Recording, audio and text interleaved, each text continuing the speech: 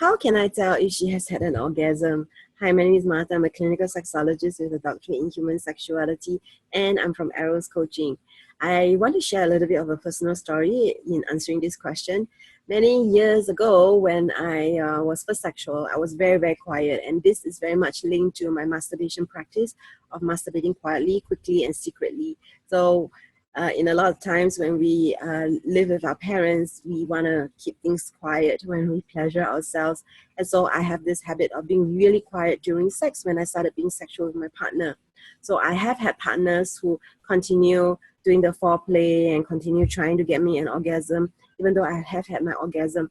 So I started to become really puzzled why they keep going on and why they are going into like causing me pain. And eventually at some point I realized that they thought I haven't had my orgasm. So I realized very quickly when I started becoming sexual that I had to communicate my truth. I had to communicate that I had had an orgasm, and I had to teach my partner what are signs in my body when I have had an orgasm. So in a roundabout way, I'm trying to tell you that it is not true, that there are clear signs that you can tell that someone has had an orgasm, but there are some symptoms that I can share with you. It's not very obvious, but these are some things that you may want to look out for. You may want to look out for what seems like a lot more vaginal secretion that suddenly happened. You may want to look for quickening of breath, and then maybe sometimes a quick, like a shout, or maybe a release of breath. Maybe sometimes some people, as they have that orgasm, it's that state of that bliss, and so they might suddenly be very still or very quiet. I noticed that my partner would suddenly have this big gush of perspiration that comes up, that suddenly he will become very quiet. Sometimes I would notice my partner nearing orgasm when the face tenses up. So it really depends on the person.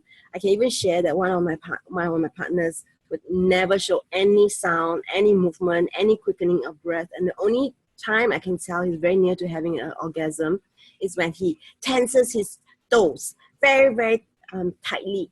And the harder it is, the closer I have an idea that he's closer to having an orgasm. But other than that, I really can't tell. So how can you tell if someone has had an orgasm? You need to ask your partner. You need to ask, I'm sorry, but I'm not sure. Did you have an orgasm just now? I love to understand more about your body. Could you tell me what are signs, some of the things to look out for when for me to understand when you're closer to having an orgasm? You could say something like, oh, I totally missed that. I didn't know you had an orgasm. The next time you have an orgasm, would you mind telling me you have had an orgasm? Would you mind using this code word, whatever the code word is, dragon fruit, for instance? So that's how you get clearer and clearer. So I noticed that I do that because I tend to be quite quiet when I orgasm, and I started developing this habit of telling my partner.